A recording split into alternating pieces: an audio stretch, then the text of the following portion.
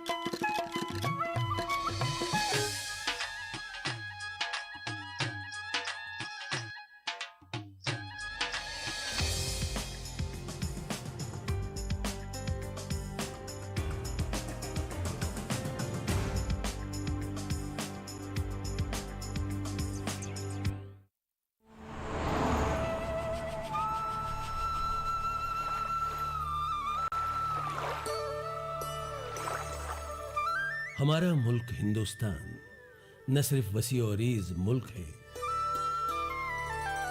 जहां बहुत से तारीखी, सकाफती, मजहबी व तमद्दुनी एतबार से अहम और दिलचस्प मकाम पाए जाते हैं।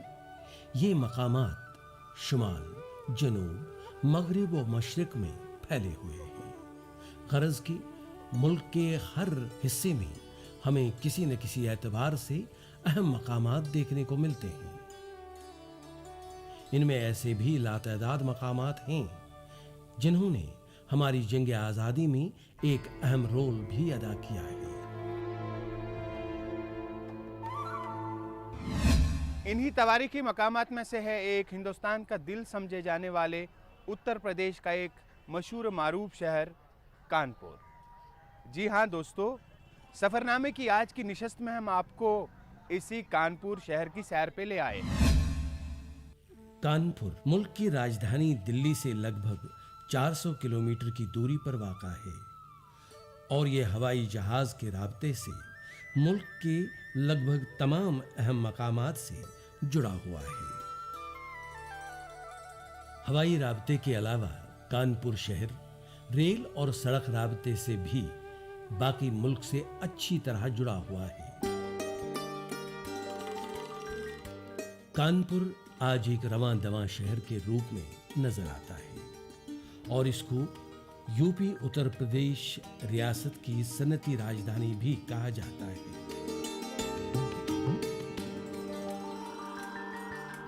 क्योंकि यहां बेशुमार सन्नतें कार फरमा नजर आती हैं, जिनमें कपड़े और चमड़े की रिवायती सन्नतें भी शामिल हैं। कानपुर का एक दिलचस्प तारीखी पस मंजर भी है।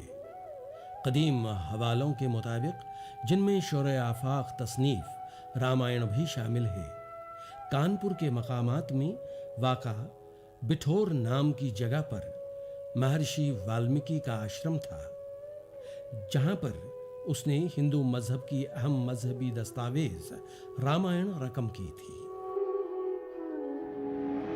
तहकीकदानों की राय है, सीता मैया को जब रामचंद्र जी ने अपने घर से निकाला था, उन्होंने इसी जगह बठोर में वाल्मीकि जी के आश्रम में पनाह ली थी और उनके दोनों बच्चे लव और कुश का जन्म भी इसी जगह हुआ था।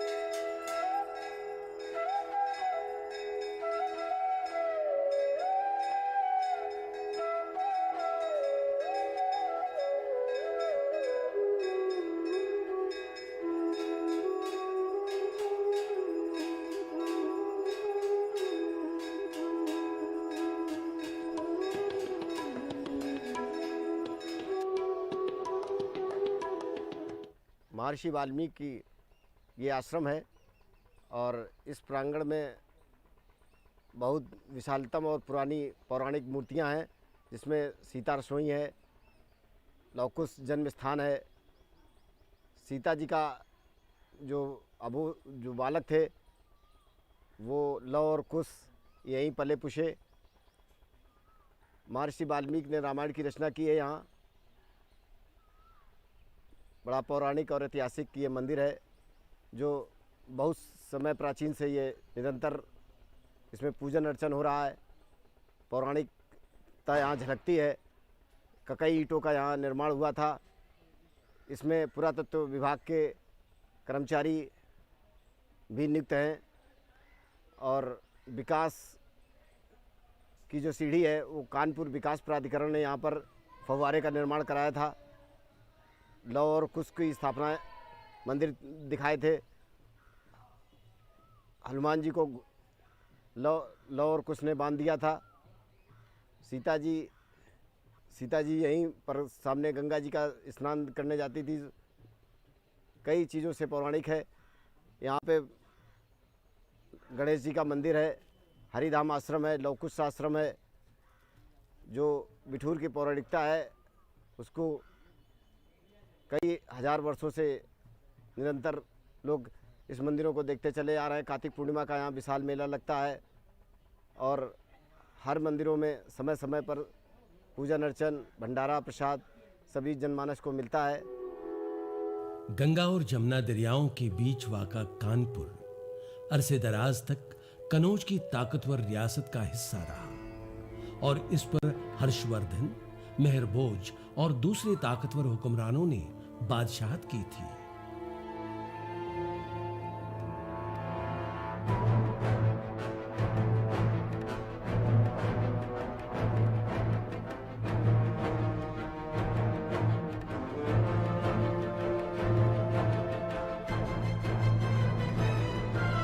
दर हकीकत कानपुर का जिक्र हमें कदीम हवालों में सिर्फ बठौर और जुजवा नाम से मिलता है, लेकिन सन 579 में पहली बार हमें कानपुर का नाम मौजूदा शक्ल में ही मिलता है। दरअसल गंगा और यमुना के दोआब में स्थित कानपुर की मूल उत्पत्ति मुगल शासन काल में बिठूर और जाजमऊ दो प्राचीन गांव थे। इन्हीं के बीच में कान्हापुर ग्राम की स्थापना 1773 में राजा हिंदू सिंह चंदेल ने की, जो कि सचेंडी के राजा थे। जन्माष्टमी का दिन था। राजन गंगा नहाने जा रहे थे तो एक जगह हरा भरा खेत देखकर उनकी इच्छा हुई तो उन्होंने अपने पुरोहित से पूछा, पुरोहित जी आज क्या गांव की नींव डाली जा सकती है? तो उन्होंने कहा आज राजन, आज जिस गांव की भी नींव डाल दोगे वो एक दिन पूरे विश्व में अपना नाम रोशन करेगा। फलस्वरूप राजा हिंदू सिंह चंदेल ने तत्काल वहीं पर यज्ञ किया और यज्ञ कर कर कान्हापुर ग्राम की स्थापना की और शहर बना के 2 फाटक बनवाए जो 1857 की गदर तक मौजूद रहे, जिनके अवशेष अभी भी देखे जा सकते हैं। इसके अलावा उन्होंने अपने लिए रहने के लिए सुंदर महल बनवाया और हम लोग तब से कानपुर को कानपुर मानने लगे। कानपुर कोई कानपुर नहीं था।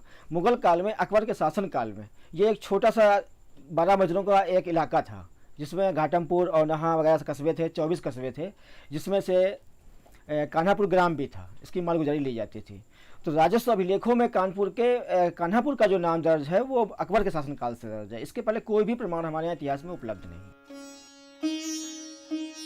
चूंकि अंग्रेजों के ख्याल में कानपुर अवध से कदरे मखसूस था, इसलिए उन्होंने अपना सारा कारोबार कानपुर मुंतकिल कर दिया, जबकि बाद में कानपुर सन्नत और हिरफत का एक बड़ा और ख़ास मरकज़ बन गया, एक उभरता हुआ सन्नती शहर।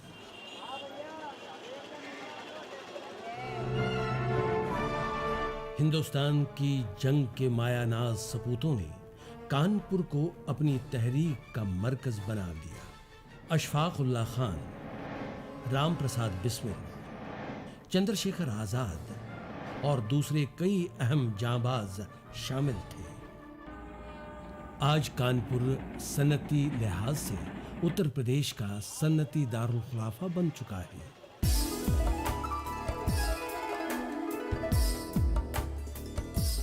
वहीं कानपुर सन्नती लिहाज से हिंदुस्तान का दूसरा बड़ा शहर बन चुका है, जहां सन्नती इनकलाब ने कानपुर को एक अहम शहर बना लिया है।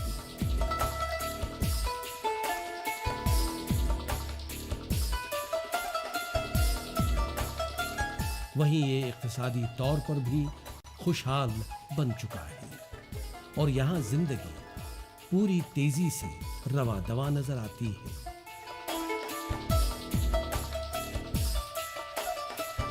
कानपुर की जो सन्नत रिवायती तौर पर सैकड़ों बरसों से इस शहर की पहचान बन चुकी है, वो है चमड़ा साजी की सन्नत।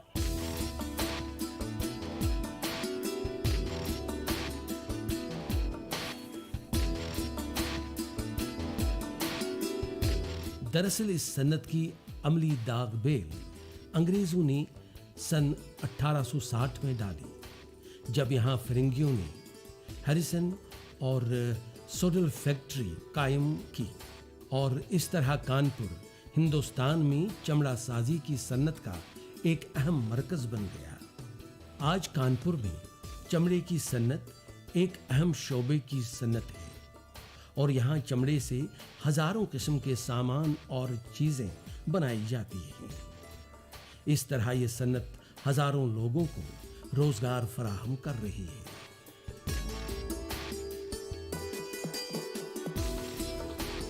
कपड़ा साजी की ये सन्नत और खासकर सूती कपड़े बनाने की सन्नत आज कानपुर की शान बनी हुई है, जहां आज भी बुनकर रिवायती अंदाज से हथकरघों पर कपड़ा बुनते हैं। वहीं आज के जदीद दौर के तकाज़ों के तहत बेहद मुफीद खुदकार मशीनों से कपड़ा बनाने का अमल बड़े बड़े कारखानों में तेजी से जारी है।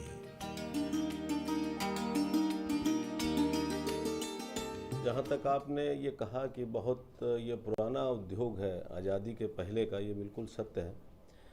गंगा के किनारे परिवहन की स्थितियाँ काफ़ी अच्छी होने की वजह से अंग्रेज़ों ने यहाँ पर टेक्सटाइल मिलों का जो है वो दौर शुरू किया। तो उस समय पुराने ज़माने में आपको भी मालूम है कि ये मैनचेस्टर ऑफ ईस्ट के नाम से जाना जाता था, लेकिन समय के साथ साथ हम लोग वक्त के साथ चेते नहीं, हम लोगों ने वक्त के साथ मशीनरी को अपग्रेड नहीं किया और परिस्थितियों को समझा नहीं, और उसी का शिकार होते होते ये सारी मिलें आप देख रहे हैं कि धीरे धीरे सारी मिलें कानपुर की बंद हो गई। लेकिन एक जो सबसे बड़ा अहम रोल जो अदा किया इन मिलों के वर्कर्स ने, क्योंकि एक अगर देखा जाए तो दूसरी पीढ़ी आ गई है वर्कर्स की, तो कानपुर में टेक्सटाइल के लिए, कपड़ा उद्योग के लिए वर्कर्स उसके जीन्स में शामिल है, ये कहना चाहिए। तो फिर ये छोटे छोटे उद्योगों के रूप में ये बीड़ा जो उठाया इन वर्कर्स ने, छोटे छोटे यूनिट से चालू हुए।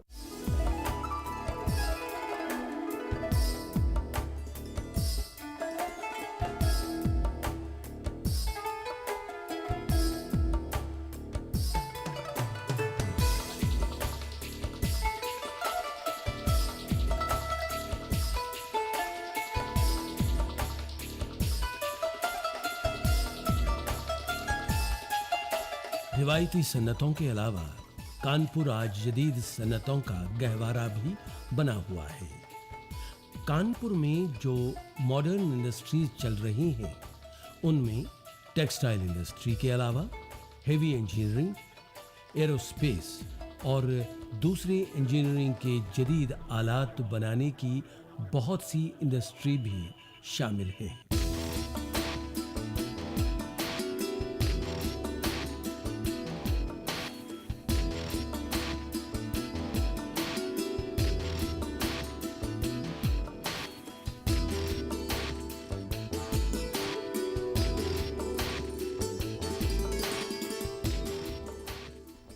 कानपुर में हम लोग देखिए इस संबंध में न सिर्फ टेक्सटाइल में काम कर रहे हैं, बल्कि हमने वस्त्र उद्योग के क्षेत्र में और ऑटोमोबाइल के क्षेत्र में भी फैक्ट्री लगाई है, जिसमें कि हम भारत में प्रथम बार हमने आर्मर्ड व्हीकल्स बनाई है और जो माइन ब्लास्ट प्रोटेक्टेड भी है। ये गाड़ियां हमने बना करके नेपाल आर्मी को भी दी है, यूनाइटेड नेशंस को दी है, भोपाल गवर्नमेंट को दी है, गुजरात में भी हमने गाड़ियां सप्लाई की हैं और यूपी गवर्नमेंट में भी गाड़ी सप्लाई की हैं। इसी दिशा में हम लोग अपने क्वालिटी कंट्रोल को मेंटेन करते हुए विभिन्न पुलिस डिपार्टमेंट्स को बुलेट प्रूफ जैकेट्स भी सप्लाई की हैं। इस दिशा में वस्त्र के अलावा हम लोगों ने एक नई टेक्निकल टेक्सटाइल की यूनिट भी लगाई है, जिसमें हम प्रथम बार भारतवर्ष में न्यूक्लियर बायोकेमिकल फैब्रिक्स बनाने जा रहे हैं, जो कि एक विशेष कपड़ा होता है जो कि केमिकल वार के समय में हमारे जवान पहनते हैं, जिससे कि केमिकल युद्ध के समय उनके शरीर पे उसका कोई असर नहीं होता है।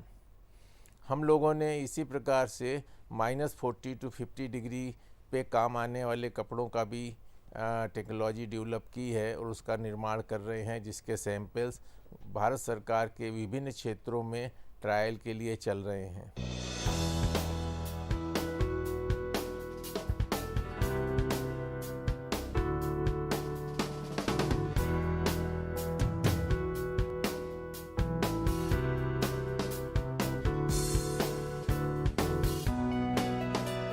कानपुर की सनती तरक्की ने यहाँ की इक्तिसादी और शऊरी तरक्की को भी मुमकिन बना दिया है।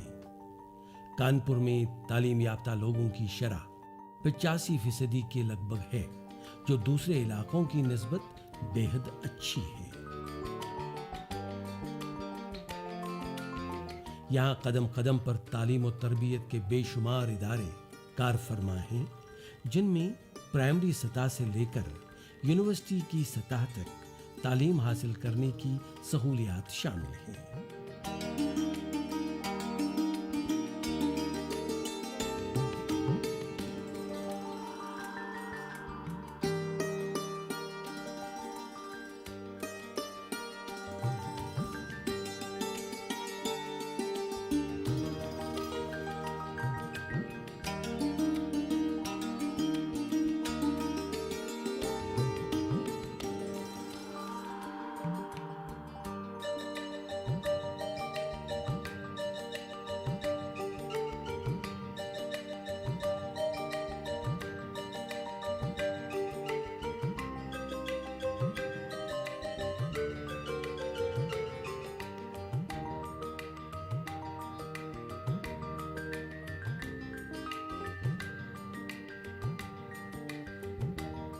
कानपुर में सबसे पहले डीएवी कॉलेज में 1948 के आसपास ये सब्जेक्ट ग्रेजुएशन लेवल पे आया।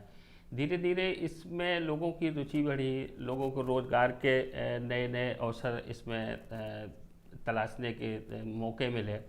धीरे धीरे ये सब्जेक्ट दूसरे कॉलेजेस में भी इंट्रोड्यूस हुआ, काफ़ी पॉपुलर हुआ। उसके बाद जब कानपुर यूनिवर्सिटी बनी तो ये यूनिवर्सिटी पहले एफिलिएटिंग यूनिवर्सिटी थी। लगभग 15 साल का डेवलपमेंट है यहाँ यूनिवर्सिटी कैंपस में, क्लासेस जो चलने का। तो आज की डेट में लगभग 54 डिपार्टमेंट है यहाँ पे, और उसमें ये डिपार्टमेंट यूनिवर्सिटी में 2005 में शुरू किया गया। उस समय 2 ईयर कोर्स यहाँ पे चलाया जाता था मास्टर डिग्री का। 2010 के सेशन से यहाँ पे बीएफए शुरू किया गया 4 इयर्स डिग्री कोर्स, जो कि ये इस यूनिवर्सिटी का जो कार्यक्षेत्र है 14 जिलों में विस्तारित है। और बीएफए डिग्री जो थी वो और कहीं पे इस यूनिवर्सिटी के उस सर्कल में कहीं पे थी नहीं। तो एक ये नया इस विश्वविद्यालय का अचीवमेंट है कि एक ये नया सब्जेक्ट यहाँ पे इंट्रोड्यूस किया। मुल्क के बावकार इदारे आईआईटी की एक बेहद मकबूल शाख आईआईटी कानपुर भी यहीं पर कायम की गई है।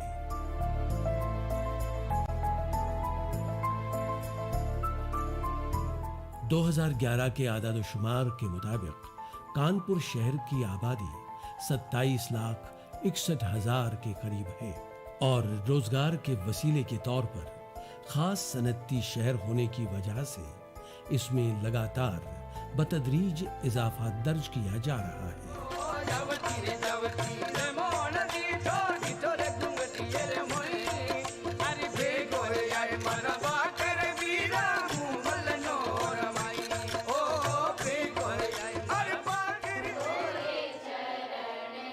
गायकी और बजाने के एतबार से कानपुर आसपास के इलाका जात की तरह ही शुमाली हिंद की क्लासिकी मौसीकी से मुतासिर रहा है।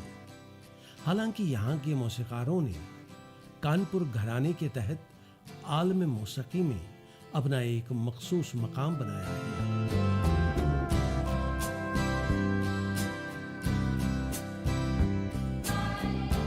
लेकिन राग और बंदिशें वही हैं जो हिंद की क्लासिकी मौसीकी में बरताई जाती है।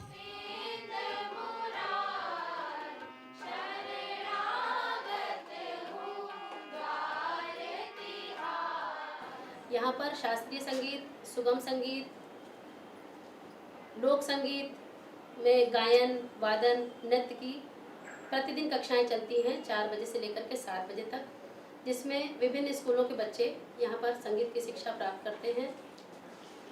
अच्छे अच्छे गुरुओं से यहाँ पर शिक्षाएं बच्चों को प्रदान की जाती हैं और समय समय पर हम लोग कार्यशालाएं लगाते हैं जिसमें बाहर के कई कलाकार आकर के बच्चों को अपनी संगीत की सेवाएं प्रदान करते हैं। और हर माह हम लोग माह के अंतिम मंगलवार को एक संगीत संगोष्ठी करते हैं, जिसमें हमारे कानपुर के वरिष्ठ कलाकारों का हम लोग गायन, वादन, नृत्य प्रस्तुत कराते हैं, जिससे हमारे बच्चों को यहाँ पर संगीत सीखने का अवसर प्राप्त हो और वो लोग अच्छे से अच्छा सुन सकें और अच्छे से अच्छा सीख सकें। यही हम लोगों की बच्चों से और सभी से अपेक्षा रहती है। रक्स और दूसरे फनून लतीफ़ा पर यहाँ भी अवध का असर रसूख देखने को मिलता है और कथक यहाँ की रिवायती क्लासिकी रक्स में अहम और मरकजी मकाम रखता है।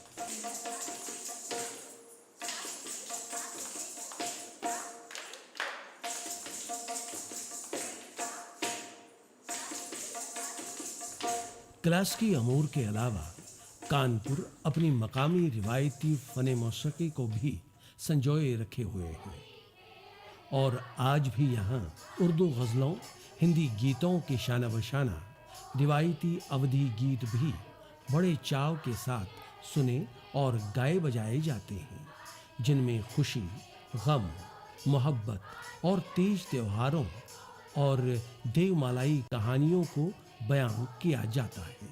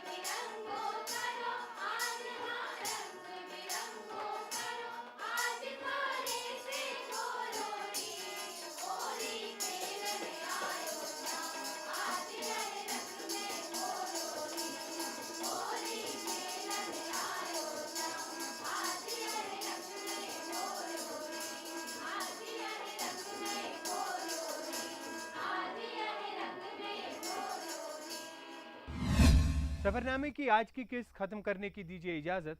अगले किस्त में आपसे मिलेंगे नवाबों के शहर लखनऊ में। तब तक के लिए खुदा हाफिज।